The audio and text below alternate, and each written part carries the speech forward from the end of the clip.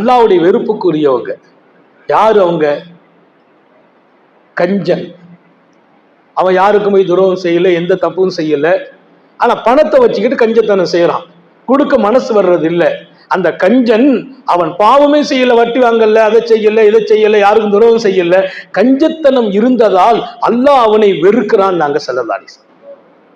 அல்லாஹ் cool, அதிகம் சாப்பிடுறவன், சாப்பாடு வச்சா அளவு கடந்து சாப்பிடுறாங்களே, அவங்க பெரிய பாவம் எல்லாம் செய்யல. அவங்க நேர்மையா நடக்கிறாங்க, ஒழுக்கமா இருக்கிறாங்க, தொழுகையெல்லாம் கரெக்டா தான் தொழுகிறாங்க. ஆனா அதிகமா சாப்பிட்டவங்க அல்லாஹ்வின் வெறுப்புக்குரியவர்கள். ஏன்? ஒன்ன பாதிக்கிற எந்த ஒன்றையும் அல்லாஹ் விரும்புறது இல்லை. பாவம் செய்யாம அல்லாஹ்வுடைய வெறுப்பை சம்பாதிக்கிறான் அக்கூல், ரொம்ப சாப்பிடுறவங்க. அதனாலதான் அல்லாமா இப்னுல் கையூம் அதிகமாக சாப்பிடும் பழக்கம் வருமா உடலை நோய் பாதிக்கும். நல்ல கவனம் வச்சுக்கிறோம்.